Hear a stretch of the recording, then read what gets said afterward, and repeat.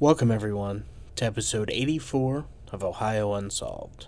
I'm your host, Matthew, and I've got a crazy one for you guys today. The story of Alfred Packer. But first, a bit of news. I've been messing around with the idea of producing and shooting my own horror shorts to add to Patreon, with the first one having gone up this past Wednesday. It was one that I made a few years ago, and I'm just trying to see how people like the idea for it. So if that is something that you would like to see, let me know and I'll continue to work on those. But for now, let's just get right into the episode. Everyone sit back, make sure to lock those doors and windows, and get ready for Ohio Unsolved.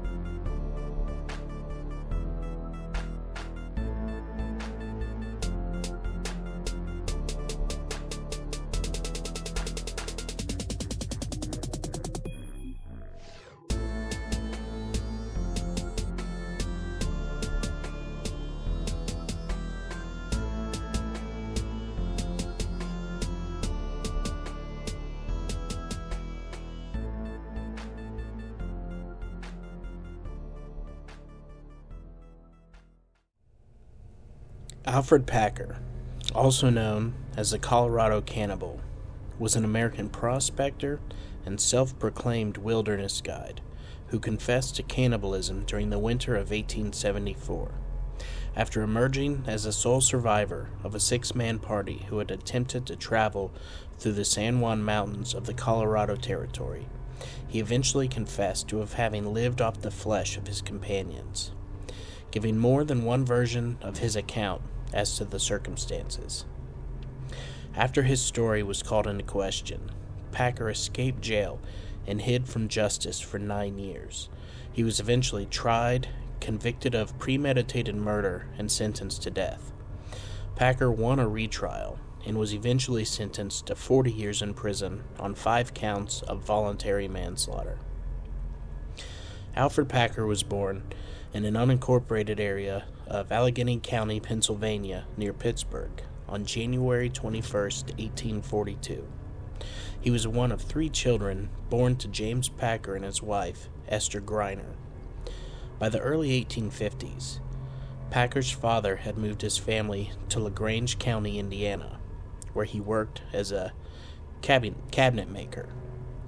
Packer is said to have had a bitter relationship with his parents, and in his late teens he moved to Minnesota and he worked as a shoemaker. Packer also served in the Union Army during the American Civil War. He enlisted on April 22, 1862 in Winona, Minnesota, and was assigned to Company F of the 16th Infantry Regiment. 8 months later, he was honorably discharged due to epilepsy, which had triggered seizures. On June 25, 1863, Packer enlisted in the 8th Iowa Cavalry Regiment in Ottumwa, Iowa, only for his epilepsy to result in a second discharge on April 22, 1864. Packer then traveled west, and he worked numerous jobs over the next 9 years. These professions included being a hunter, a wagon teamster, ranch hand, and field worker, but his seizures and overall attitude ensured that he never kept a job for long. Packer also worked for a couple of months as a guide, but those who knew him at this time stated that he was ill-suited to the role and was prone to lose his way. He ended up working mining-related jobs, drifting from mine to mine, but he never found prosperity through the industry. He did work for a short time in the Colorado Territory as a miner, having no luck, moved on to the Utah Territory. Most who knew him generally disliked and distrusted him, owing to his argumentative personality, but his nearly pathological line and reputation for theft. In November 1873, 20 men left the Bingham Canyon mines near Salt Lake City for the gold fields of Breckenridge in the Colorado Territory, having heard of a massive strike that was discovered there. The men were largely strangers to each other and banded together to make their fortune in Colorado after Bob McGrew rallied any willing men to follow him. A member of the original party, George Tracy, claimed that the men encountered Packer some 25 miles from their starting point near Provo. Packer asked where they were headed, and when he heard that they were headed to the gold country of the San Juan Mountains, he said that he would like to join them. Packer was without money and also lacked adequate supplies, so the men were apprehensive to take him along. But he claimed that he was both a prospector and a guide, and that he knew the San Juan territory well. His claim gave him a position of worth among the simple prospectors, who knew little or nothing of Colorado's geography. Unfortunately, neither did Packer.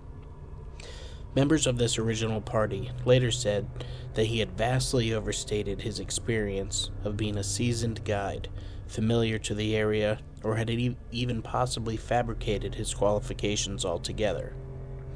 He was also reported as being without a rifle at the time of the expedition, having only a Colt revolver with him. Throughout the course of their journey, Packer was reported as being greedy with rations, a bit of a beggar, lazy, and obstinate. He was reported to have quarreled constantly with party member Frank Miller. At the time of his first trial, Packer was characterized as a whining fraud by party member Preston Nutter. His seizures also made his presence in the group strenuous. The party made a less than adequate progress towards their destination. The winter was becoming a major obstacle for them, as the wagons and horses of the assemblage were being bogged down, along with the fact that the Spanish trail they were likely following was becoming heavily snowed over and largely indistinguishable, forcing the men to rely almost solely on a compass. Packer's inexperience was also beginning to show itself, and the party ultimately became lost. Provisions quickly ran out, and the men were reduced to surviving for a considerable length of time on horse feed, and were nearing the point where the horses themselves were next to be eaten. On January 21st, 1874, the party came upon the encampment of Chief Ouray, known as, quote, the white man's friend, near Montrose, Colorado, within the Uncompahgre Valley. The men were desperate, but still approached the camp with great trepidation, unsure of how they would be received by the tribe. Although they reportedly scared some of them away with their haggard appearance, Chief Ouray greeted them as welcomed guests and supplied them with food and lodging, to their grateful astonishment. He recommended that they postpone their expedition until spring, since they were likely to encounter dangerous winter weather in the mountains. He told them that no one would attempt such a journey, and that to chance it would be to risk almost certain death. Ouray offered to allow the men to stay with his tribe until the winter had passed, and promised to share all that he had and his people had with them. Breckenridge was being descended upon by miners from all over the country, and a fear of missing out on the riches made some of the men anxious to continue on. After a couple of weeks with Ouray and his people, the party convened and discussed leaving. However, it was the beginning of February at this point, and the snow had been relentless since their arrival, meaning that half of the party was forced to stay put with their wagons and horses until spring. 11 men were unencumbered, so they decided to proceed on. They intended to travel first to the Los Pinos Indian Agency, which was the closest outpost to the camp, and proceeded onward to Breckenridge from there. Chief Ouray saw that no one was changing the men's minds, and gave them food for their journey, as well as safe directions that bypassed the mountains.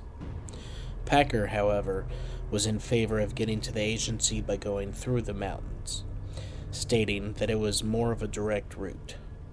5 of the 11 men were adamantly in favor of following Uray's directions, which would largely have them following the Gunnison River along its banks.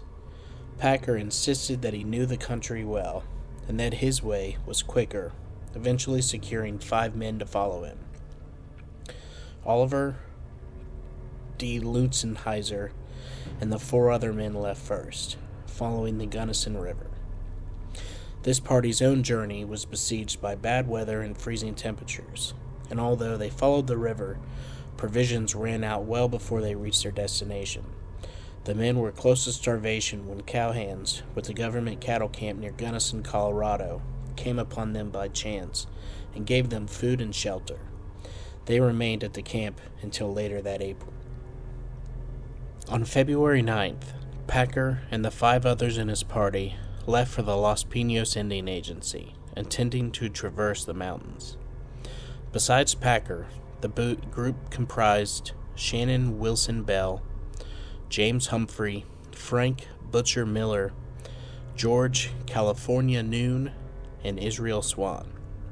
The fact that no one in the other group opposed the departure of their guide had led many researchers to conclude that Packer's inexperience and overall attitude had become quite taxing to them, and that they figured they were better off without him. The men in Packer's party had a 75-mile journey ahead of them. The leader of the combined parties, Bob McGuire, guided Packer's party along the river route advised by Chief Uray until his horse could not continue. McGrew unloaded the men's provisions and went back to Uray's camp. The men continued along the river for a time before Packer took his party along a path higher up in the San Juan Mountains, disregarding Uray's ominous warning. This decision was made when the men barely had enough food to cover the supposed 14 days that it would take to travel to the safest route. Possessed no snowshoes, had a bare minimum of matches and no flint, and also had no heavy clothing that would combat the extreme cold. They went into the mountains with 2 rifles, 1 pistol, a couple of knives, a hatchet, and minimal ammunition. What happened after this is not clear. On April 16, 1874, Packer emerged from the woods alone and stumbled his way across a frozen lake bed to the Los Pinos Indian Agency near Sequatchie, Colorado, with rags latched to his feet.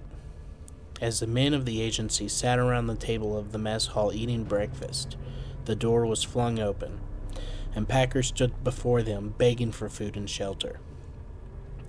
He carried with him a rifle, a knife, a steel coffee pot, and a satchel. The men hurried Packer inside, sat him down at the table, and gave him some food, which he vomited as quickly as he ate it. Packer said that his digestion was altered as a result of his prolonged near starvation.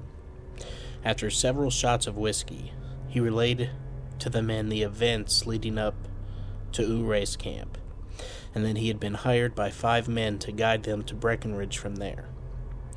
He stated that during their journey, he had become snowblind and was lagging behind the remainder of his party, becoming a burden for them. Packer claimed that a member of the party, named Israel Swan, supplied him with a rifle. They then abandoned him. He claimed that he was then forced to survive on his own and make his way out of the mountains with minimal ammunition and virtually no supplies, and ate little else than roots and rosebuds the entire time that he was alone. The men in the agency listened to his story, but found it rather odd that even though he had been lost in the wilderness for a little over 2 months, he did not look as malnourished and threadbare as most lost wanderers they had ever come across. His face was reported as being bloated, and his overall physique hardly skeletal. Packer claimed he was broke, and sold the Winchester rifle he had in his possession to Major Downer, the agency's Justice of the Peace, for $10.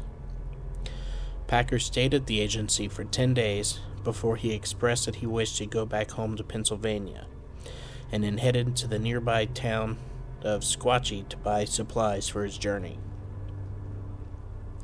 When he reached the town, Packer made arrangements to room in Dolan's saloon. Larry Dolan, the owner, claimed that Packer spent around $100 during his stay, and that Packer even offered to lend him $300. Packer also spent $78 in Otto Mears' general store. It was also claimed that he had several different wallets in his possession. Packer drank heavily, and after becoming intoxicated, he gave conflicting stories regarding his journey and how he came to be separated from the other men. This led to quick gossip among the townspeople, given his inconsistent story, seemingly endless cash flow, and the fact that his party was still unheard from. Preston Nutter, a member of the original party who remained at Ouré's camp, arrived in Sequatchie around this time with two other original party members. He encountered Packer in Dolan's saloon, drinking and carrying on.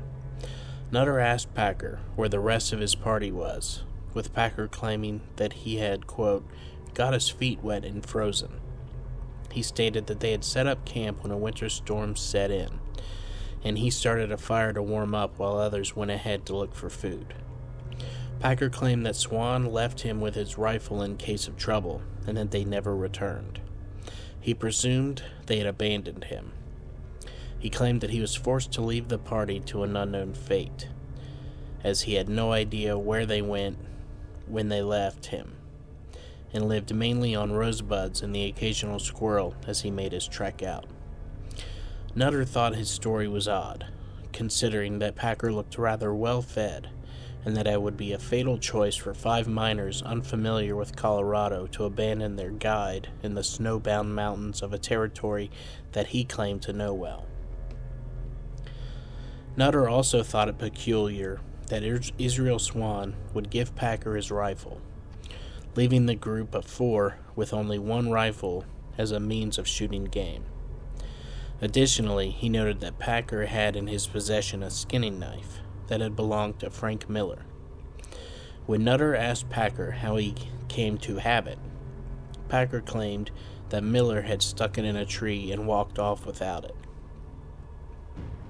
Having had doubts about Packer's story from the beginning, Nutter was convinced that something nefarious had happened. Nutter had come to view Packer in the same negative light as Lutzenheiser, based on his behavior leading up to their arrival at Ouré's camp. Accusations were flung and words were exchanged, with Nutter threatening to hang Packer. Nutter later stated regarding Packer, quote, he was sulky, obstinate, and quarrelsome. He was a petty thief, willing to take things that did not belong to him, whether of any value or not. The 2 men were separated, and Packer made plans to move on. Meanwhile, back at the Las Piñas Indian Agency, 2 men of the 5-man party that had taken the Gunnison River route before being rescued by government cowhands finally arrived at their destination. They were joined a few days later by the remaining 3 men, including Oliver D. Lutzenheiser. The men were introduced to the head of the agency, General Charles Adams, who greeted them and relayed to them that he had already received another member of their party by the name of Alfred Packer, and that he spoke of desertion at the hands of his companions. All 5 men at once discredited what Packer had told the general and his staff, stating that the men that they had known would never abandon a man to die. Lutzenheiser flatly told the general that Packer was not to be trusted, and that he was sure that something bad had happened in the mountains. He noted the Winchester rifle carried by Packer belonged to an elderly man in Packer's party, and that a pipe he had left behind at the agency belonged to a man named Shannon Bell, who was also a member of his party. The men convinced General Adams to dispatch a mounted agency officer to Sequatchie at once to retrieve Packer for questioning. But under the guise of recruiting him for a search party for the missing men, Packer was in the process of getting his things gathered to leave the area when he was again approached by Nutter and some other men. The agency officer arrived just in time and got between the men. He told Packer that he had been sent to enlist him as a guide for the search party for the missing men. Packer was reluctant to go, but with little other option than vigilante justice, he agreed.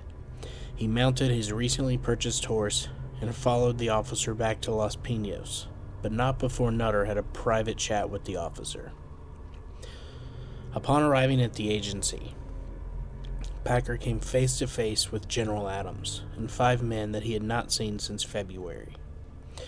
The agency officer came in after Packer and relayed to General Adams that a man named Preston Nutter had told him Packer had spent several $100s over his 6-week stay in Saguache, as well as buying a new horse and saddle, that he was in possession of things that had belonged to missing men, and that he was penniless when he had originally joined their party. Lutzenheiner demanded an explanation from Packer, who repeated the story exactly as he told it the first time. Packer showed amazement that the men had not been heard from, and was concerned for their well-being.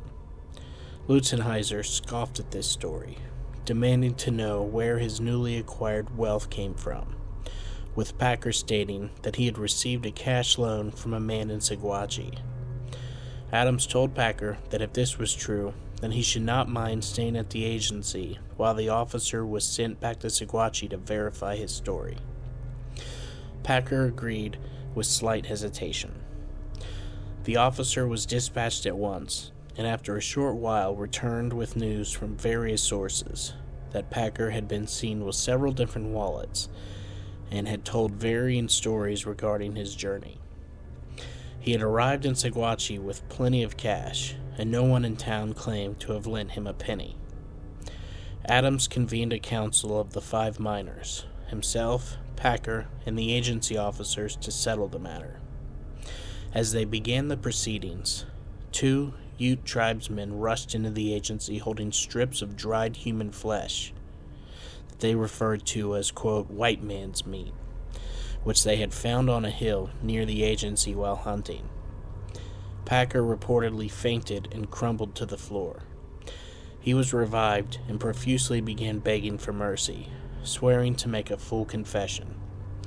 After a long silence, he cryptically stated to Adams, quote, "It would not be the first time that people have been obliged to eat each other when they were hungry."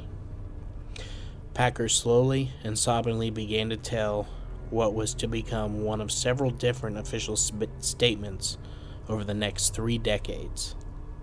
Herman Lauder, the agency clerk, was in attendance and transcribed Packer's first official statement. Packer claimed that the men had left Ures camp with what they thought was sufficient food for the anticipated 14-day journey ahead of them. Before they knew it, provisions were exhausted, owing to the rough terrain and expenditure of energy needed for the traverse. They survived for days on roots dug from the ground, pine gum, rosebuds, and the occasional rabbit.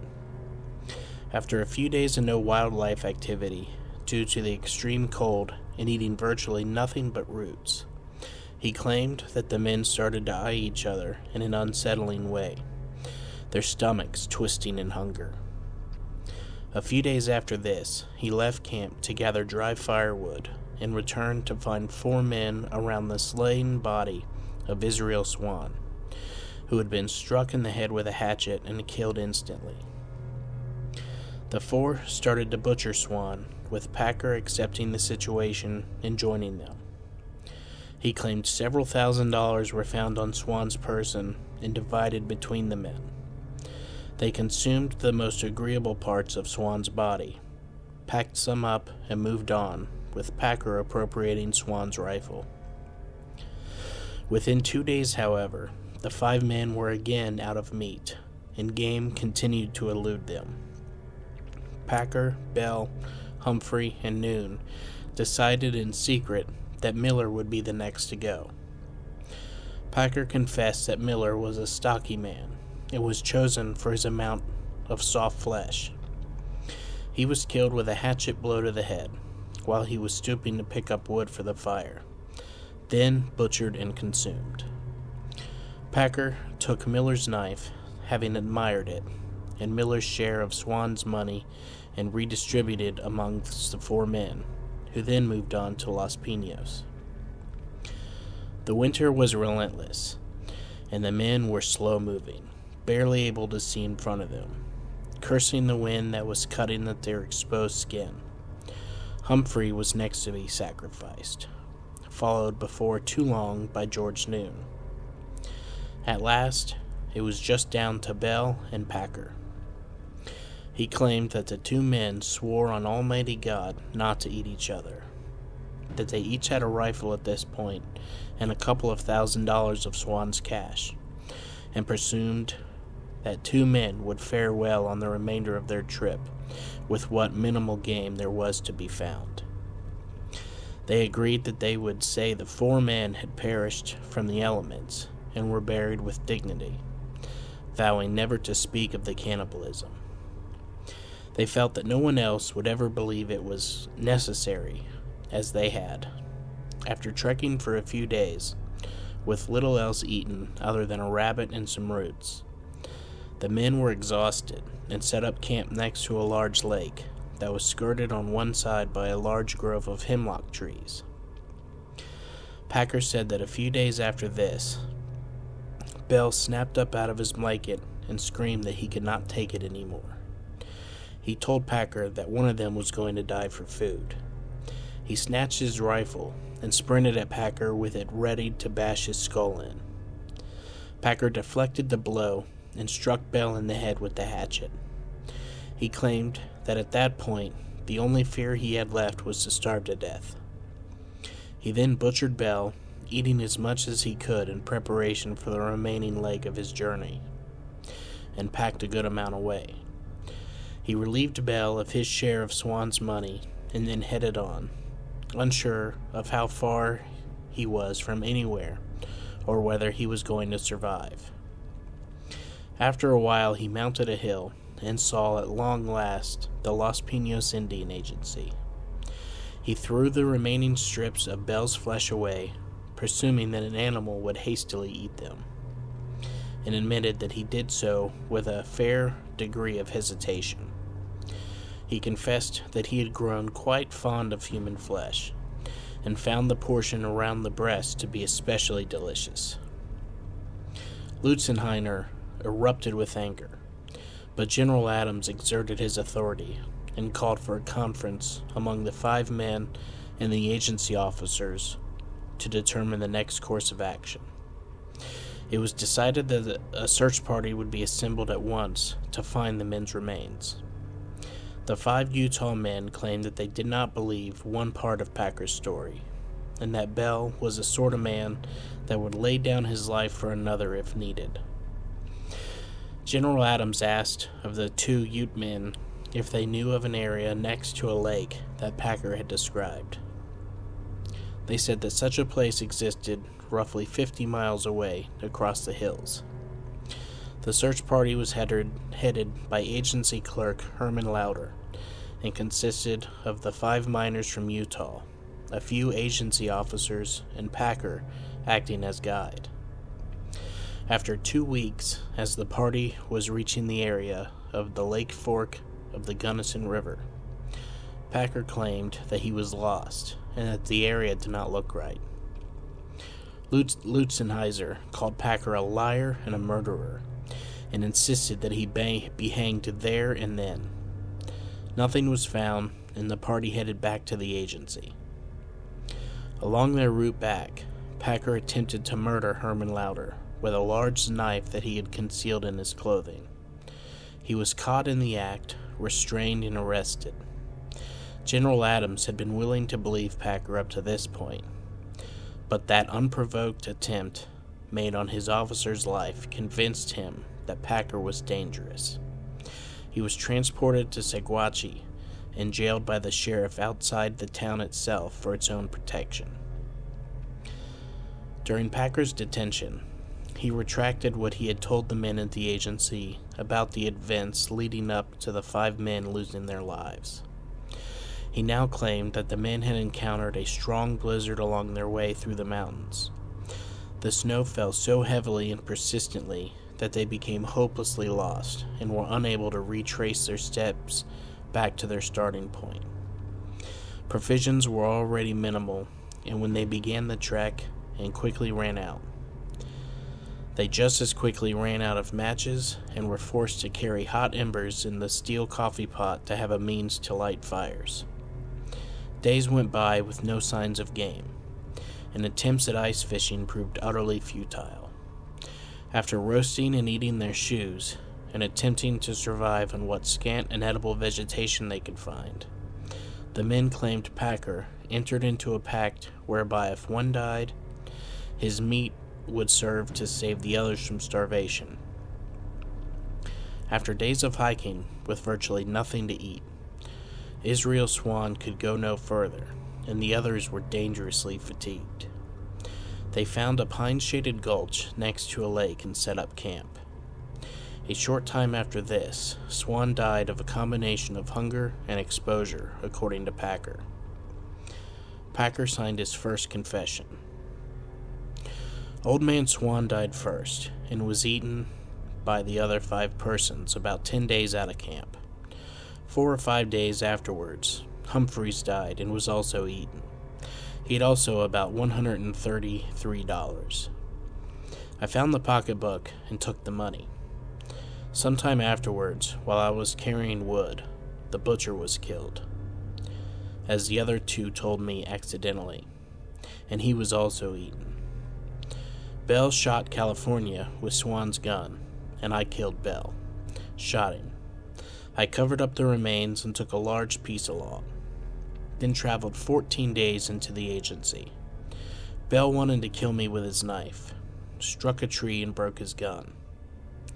In Packer's later amended version of this story, the men had endured almost 20 days from Uray's camp and more than 10 without any substantial food at all. Packer elaborated that James Humphrey had also died of exposure to the extreme cold, and that George Noon was killed days later by Shannon Bell for the sole purpose of food, after there was no more substantial meat to be had from their 3 fallen men. Then it was just down to Bell and himself. He claimed that he and Bell had agreed that they would stand together until the end, swearing not to eat each other. Days went by, and Bell could no longer take the hunger, and rushed at Packer with his rifle, intending to bludgeon him with its stock. Packer then shot Bell with his pistol. Packer confessed to taking the valuables of the deceased members, claiming that they no longer needed them, but he made no statements as to the exact items taken, nor to the amount of money that he accrued. The following August, the site of the incident was happened upon by John Randolph, an illustrator who worked for Harper's Weekly magazine. He discovered all 5 of the bodies at the foot of Smugullian Pass, 2 miles southeast of Lake City, Colorado, in a pine-shaded gulch skirted by hemlock trees. They lay above the lake fork of the Gunnison River, now known colloquially as Dead Man's Gulch, which matched the description of where Packer had originally claimed that only Bell had met his end. The men would have been well within hiking distance of the nearby city had they descended the lake fork instead of traversing up to it, especially in their alleged desperate situation, but Packer was the guide. The snow that had been covering the bodies and campsite had melted in the intervening 4 months. Randolph sketched the scene as he found it, and then alerted authorities in nearby Lake City. The story was covered 2 months later in the October 17, 1874 edition of Harper's Weekly, and included his illustration of the site. The local coroner and law enforcement set out for the site along with about 20 volunteers and discovered the bodies of all 5 men in various states of decomposition, having been left to the elements and animals for 4 months. First responders to the site noted that it appeared that, quote, extreme violence had befallen the men, and it was putrid with the smell of death. Frank Miller's head was missing entirely from the campsite. His and Israel Swan's corpses had been considerably worked upon by scavengers and were little more than scattered bones. Israel's skull had a jagged chunk missing out of it, and it was presumed that Miller's head had been carried away by an animal. The bodies of George Noon and James Humphrey were largely flayed torsos of rotting viscera, attached to skeletal legs, but with intact and bearded faces, with Humphrey's face being slightly more decayed than Noon's. They had received blows to the head, the shape indicating perhaps a hatchet, and their bodies had noticeable broken bones. Shannon Bell lay with largely skeletal legs splayed and arms to a side that were crudely cut to their bones, leading to hands that were still fully skinned.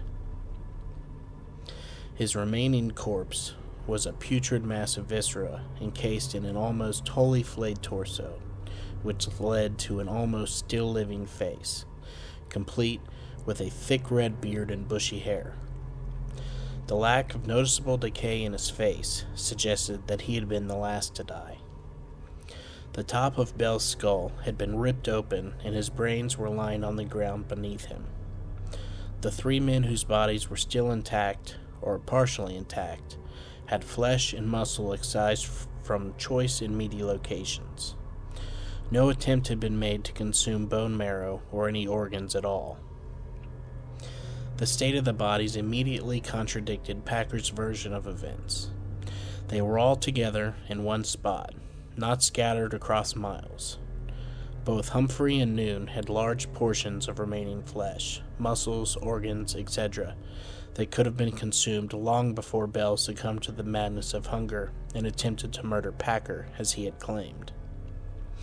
The men had tattered clothes lashed to their rotting feet, which had replaced the shoes that they had eaten in their desperation, and moldy and tattered blankets lay beneath and beside them.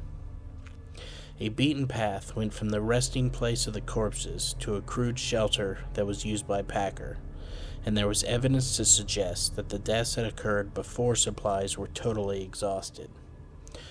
Within the shelter were possessions of the men, which Packer had left behind.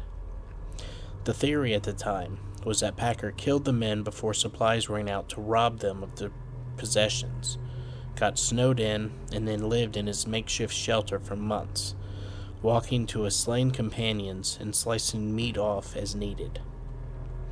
Preston Nutter accompanied the party to the site and identified the bodies as belonging to the 5 missing men. A rifle broken in two was found close to the bodies. Owing to the damage apparent on their remains, it is presumed that it was used to bludgeon one or more of them. Their remains were buried at the site by officials, and the search party returned to Packer's makeshift jail to confront him, only to find him missing.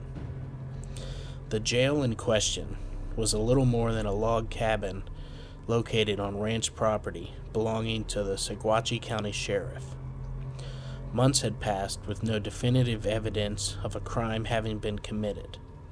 No bodies discovered and no formal charges lodged against Packer, other than the attempt on Louder's life, which was not tenaciously sought for prosecution and used more as a means to keep him under custody.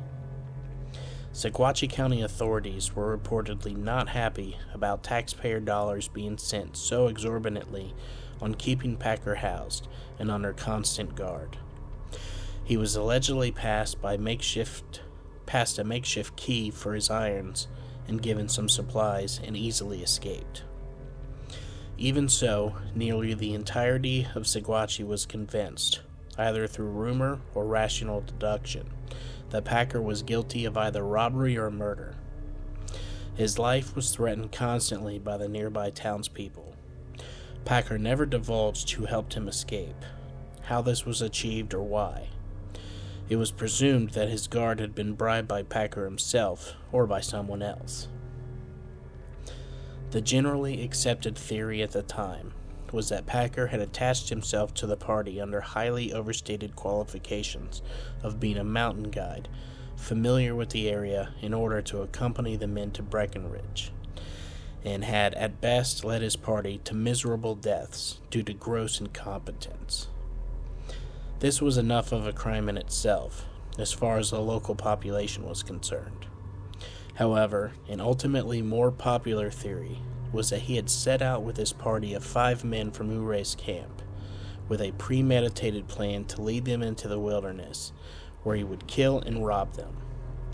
Nutter and Lutzenheiner made it a personal mission to discredit Packer's alleged qualifications for being a guide, let alone a mountain guide, pointed out all of his character flaws that they had come to know, and stressed his numerous different stories and inconsistencies. Local papers picked up the story, and the incident received constant coverage, with highly sensational headlines, many negative comments regarding Packer's character, and highly imagined theories that grabbed both national and international attention. Regardless as to how it may have happened, nearly the entire population of Saguache, and soon nearly the entire country and beyond, found that Packer's culpability for his party's death was beyond doubt. The cannibalism aspect of his charges, although shocking, was not necessarily the foremost issue of his guilt. People at that time were well acquainted with the story of the ill-fated Donner Party, who had resorted to cannibalism during the winter of 1846 to 1847, and were understanding to a degree of the dire need to eat in the unforgiving wilderness. Additionally, cannibalism was not, then or now, illegal per se in the United States, unless one committed murder in order to obtain the flesh to be consumed. Even in such a case, the accused would be charged with murder, with the cannibalism itself being charged as the desecration and or abuse of a corpse. Packer would claim for the remainder of his life that he had been unjustly vilified and convicted for engaging in cannibalism rather than for cold-blooded murder, which he continued to deny ever having committed. In the end, it came down to the question: did 5 men die due to incompetence or greed?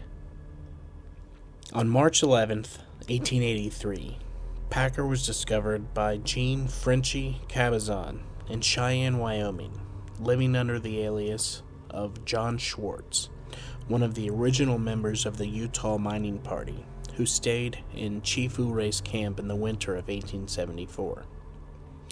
Cabazon was himself a member of the original party of men who left Provo and wisely decided to stay put in Chief Ouray's camp, later safely making his way to their destination with Bob McGrew and Preston Nutter's party. He encountered Packer by chance when Packer approached him looking to buy some supplies.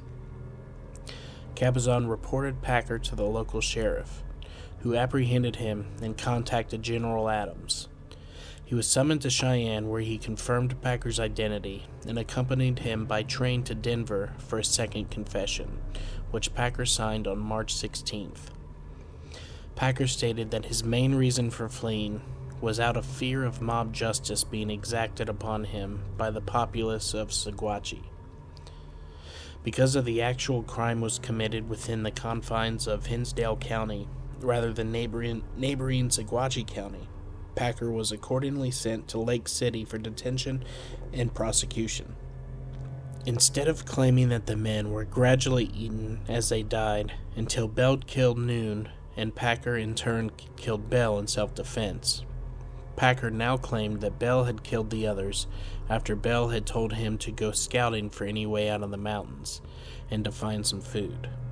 He had been gone the better part of the day and returned in the late evening. Packer told General Adams, "I found the red-headed man, who acted crazy in the morning, sitting near the fire roasting a piece of meat, which he had cut out of the leg of the German butcher.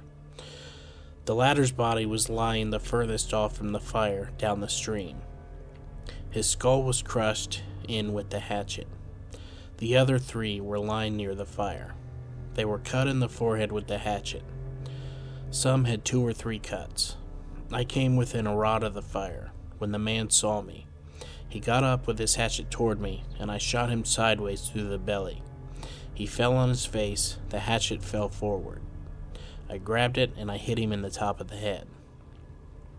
In the ensuing moments of shooting Bell and going for the hatchet, Packer dropped his revolver in the deep snow and subsequently lost it. He claimed that he made himself a crude shelter out of stray logs to combat the snow and wind, a ways down from the bodies. Another strong storm set in, and he hunkered down for hours. He was starving and made it the decision that he had to eat something or die. He continued, I went back to the fire, covered the men up, and fetched to the camp the piece of meat that was near the fire. I made a new fire near my camp, and I cooked a piece of meat and ate it.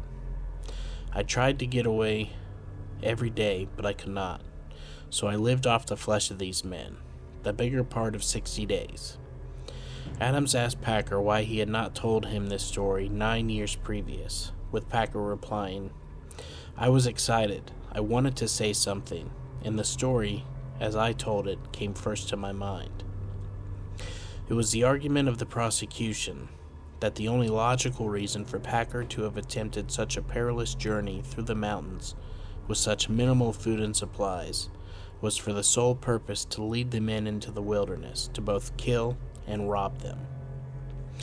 At the time of Packer's trial, it was reported by the family of Israel Swan that he had left to go on the expedition with around $6,000 in cash and gold, and that he also had a valuable Winchester rifle with him, which would have given strong motivation for murder, as well as his senior age of 65 at the time of his death. The other 4 members may have been either complicit in his murder and later betrayed by Packer, or were murdered by him for having been witnesses. Packer was not found with any gold on him at the time of his arrest, and although he did have money left, it did not total in the thousands. His spending had been frivolous. Nevertheless, on April 6, a trial began in Lake City. Packer pled not guilty. After 7 days of testimonies and examinations, he was found guilty of the premeditated murder of Israel Swan and sentenced to death by hanging, which was scheduled for May 19, 1883. It was presumed that Swan's death had occurred on or around March 1st. It was determined by the prosecution in court that Swan's remains showed signs of a struggle at the time of death, and that the others appeared to be killed in their sleep. Among those who testified on behalf of the prosecution were Otto Mears, Larry Dolan, Oliver Lutzenheiser, and Preston Nutter, who acted as the prosecution's key witness. According to a local newspaper, which received their quote from Larry Dolan, the presiding judge, M.B. Jerry, said, "Stand up, you voracious man-eating son of a bitch, and receive your sentence. When you came to Hinsdale County, there were 7 Democrats, but you ate 5 of them, goddamn you. I sentence you to be hanged by the neck until you're dead. Dead, dead, as a warning against the Democratic population of this county. Packer, you Republican cannibal, I would sentence you to hell, but the statute forbid it." Court records present Judge Jerry's sentence as conventionally apolitical. Alfred Packer, the judgment of this court is that you be removed from hence to the jail of Hinsdale County, and there confined until the 19th day of May, 1883, and that on said 19th day of May, 1883, you be taken from thence by the sheriff of Hinsdale County to a place of execution, prepared for this purpose at some point within the corporate limits of the town of Lake City, in the said county of Hinsdale, and between the hours of 10 a.m. and 3 p.m. of said day, you, then and there, by said sheriff, be hung by the neck until you are dead, dead, dead, and may God have mercy upon your soul. Packer was spared the death penalty when his lawyers discovered that the murder statutes on the books for 1874 had been repealed and replaced with a savings clause, which spared him being tried for murder on a technicality. In October of 1885, the sentence was reversed by the Colorado Supreme Court, being based on an ex post facto law that they had declared that the government could not sentence a man to death for committing a crime if it had indeed occurred before Colorado officially became a state as opposed to a territory. The overturning of his murder charge and scheduled execution did not spare Packer culpability for the men's deaths. However, a second trial was held in Gunnison following a change of venue for his hearing that was also granted per the Colorado Supreme Court, as well as having a new judge of Republican Party standing to preside, pursuant to Packer and his counsel feeling as though the prejudices of pre-affirmed guilt within the community of Lake City made it impossible for him to receive a fair and unbiased trial. He again pled not guilty, after a swift trial and an even speedier verdict deliberation. On June 8, 1886, Packer was convicted of 5 counts of voluntary manslaughter and sentenced to 40 years in prison, 8 years for each count, as well as the maximum sentence allowed per count. At the time, this was the longest custodial sentence in U.S. history.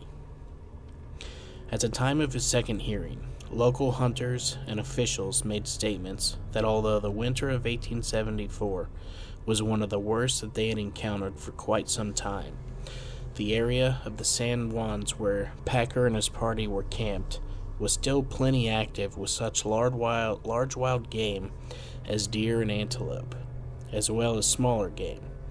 There was even a report that the carcass of a deer was found near the campsite. This significantly damaged Packer's claims that the area was so scant with wildlife that the men had to resort to cannibalism quickly. Further emphasis was placed on the fact that Packer's choice to hike through the San Juan Mountains during the middle of winter, where snow depths can exceed more than 6 feet in a single downfall, coupled with blistering winds and freezing temperatures, was practically suicidal. He had been given a safe route to follow by locals that was next to a main water source that could have yielded fresh fish if nothing else, as well as to serve them on course. But he perilously chose a mountain path with minimal supplies in the naive belief that it would be a faster route.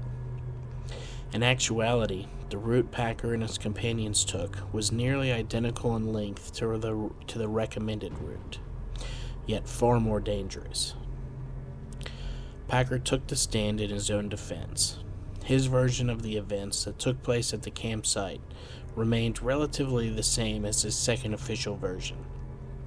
He made a request that he be charged the 40 years, but only for the death of Shannon Bell, who was the only man that Packer continued to claim that he had killed, with the other deaths being beyond his control. His request was denied. He was sent to serve out his sentence at the Canyon City Penitentiary. Packer filed appeals on his case on 5 separate occasions and was roundly denied upon every submission.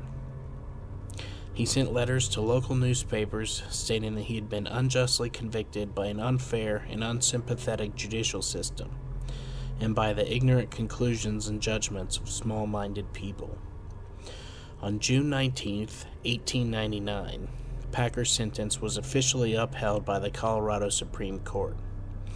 Nevertheless, he was paroled on February 8, 1901, following a campaign that was initially spearheaded by an old acquaintance of Packer's named Dwayne Hatch, who petitioned for his relief for nearly a decade before his labors came to the attention of Polly Pry. Packer had served 18 years of his 40-year sentence. An entrepreneurial and resourceful reporter for the Denver Post, Pry saw and appreciated the sensationalism of Packer's case and how his story and pre-existing reputation could generate a buzz. She used Packer's service in the Army as a basis to portray him as a common man of the people who got caught in a regrettable situation, a victim of circumstance who did what he had to do to survive, and a man who had essentially been crucified for violating civilized sensibilities by having to resort to cannibalism. Her stories on Packer led to a change of heart within the local businesses and people, such that a series of petitions and requests made their way to the office of Colorado Governor Charles Thomas, which were still met with strong opposition. Thomas ultimately relented, and his last official act before leaving office was to parole but not pardon Packer under the agreement that he would not try to profit from this story. After his parole, Packer went to work as a guard at the Denver Post, and later as a ranch hand. His employment at the Denver Post came about, many believed, as a direct result of Pry and her employers securing his release. Packer had an endearing respect for Pry for his remaining years, and referred to her as his, quote, liberator. Alfred Packer died on April 23, 1907, at the age of 65 in Deer Creek, Jefferson County, Colorado. The cause of his death was cited as dementia, trouble, and worry, although his clinical cause of death has been described as the result of a stroke. Packer is today wildly rumored to have become a vegetarian before his death, and was well reported by those who knew him as a man rich with stories and well liked by children. He lived modestly and was reported to be a charitable man.